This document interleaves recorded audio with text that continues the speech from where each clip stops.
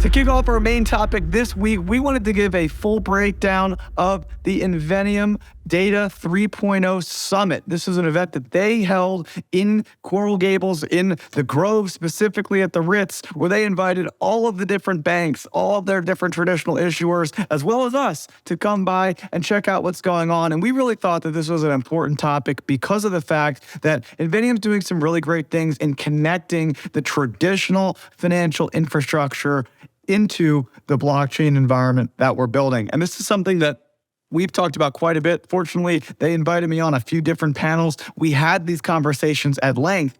This is not building a totally new environment that is going to redefine necessarily every company in the industry. As we know, as we've talked about, liquidity is king in financial markets. And so the traditional players are the ones that come with a lot of that capital, which is so important in driving deals and building sustainable capital markets and reaching the scale to actually get profitable and to build viable business models with a lot of the technology. And so bringing the tech providers together, focusing on standardizing all of the asset classes, standardizing how we interact between different vendors, and bringing everyone together in a safe environment to ask the right questions, not only around what's going on here, but where are the actual pain points that we can solve using this technology is paramount, especially these current markets where we're seeing a pullback in liquidity. This is the time to build, this is the time to integrate, and this is the time to address some of those glaring needs in the market. And I think that we're going to dive into today some of the exciting ways that Inveniam and the rest of the environment is making that happen.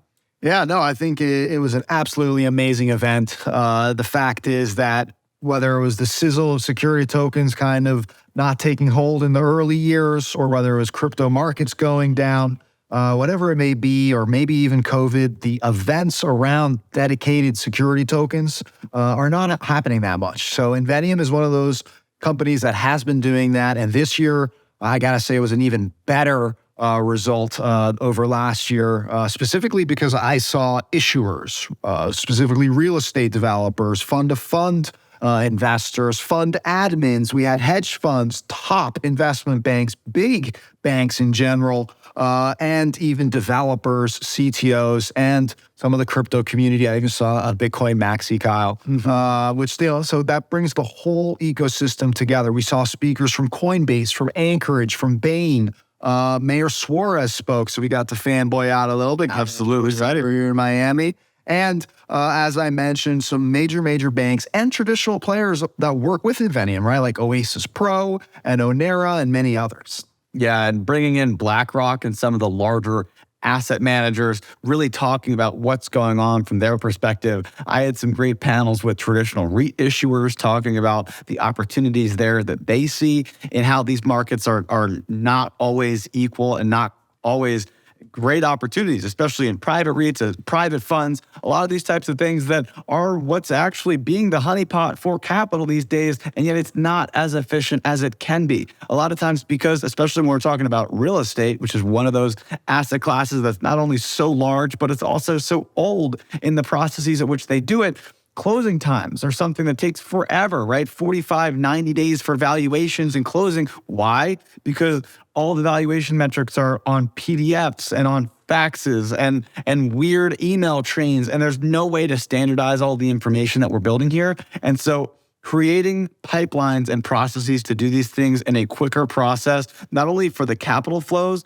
but also for the information and valuation flows, is so important in increasing the deals that can get closed and decreasing the lead time. You said it. I mean, again, this conference was really one of the best that I've seen when it comes to institutional participants.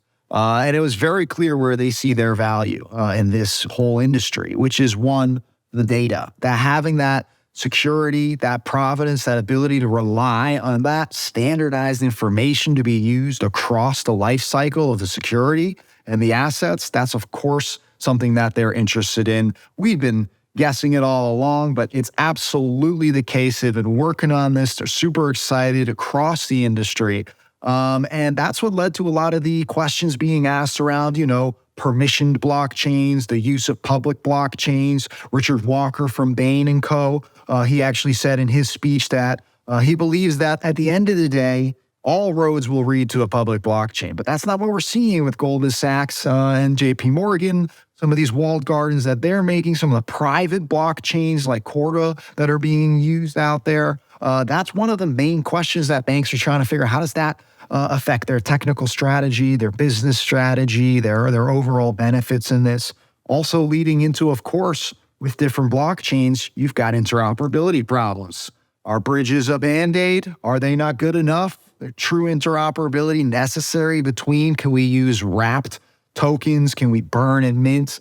These were breakout sessions that we were having and real questions that were being talked about, which is really awesome to see. Naturally, the liquidity, Kyle, is the main feature that everybody wants to talk about. And I think there were a lot of different approaches. I'd love to hear what you took away. But one thing that I saw across this event is specifically the fact that we are now looking and talking and asking the customer, what is helping you, big bank? How do you want to use this? What can we build for you? Whereas I think for the last 4 or 5 years, Kyle, this industry very much so saw a vision and a technology and a use case and tried to force it down the throats of whoever was interested. But now we've got Wall Street coming in and saying, all right, we got to say, how can we help you? And liquidity is obviously one of those things, but it's not everything. So tell me, what did you think about all of this? Yeah, no, exactly right. I think on the side of the same coin there, what we saw from institutions were that they were actively participating. And this is not something that we've always seen, especially it was surprising to me just considering the market and where it's at right now and how there's, FOMO is not at an all-time high, right? We're not all in that bull market mania where everyone's trying to participate. This was really technical individuals coming in to say, all right, how are we actually driving these adoptions? What does blockchain actually provide for our business models? Here are our pain points. What are you going to do about it? And sitting in all those sessions, listening intently, providing feedback to the general narrative, I think is huge and very, very important. Seeing valuation providers like Cushman & Wakefield getting active and talking about what their process looks like today is so crucial, because if you don't know what your end customer wants, you're just building technology or building solutions that no one's going to use.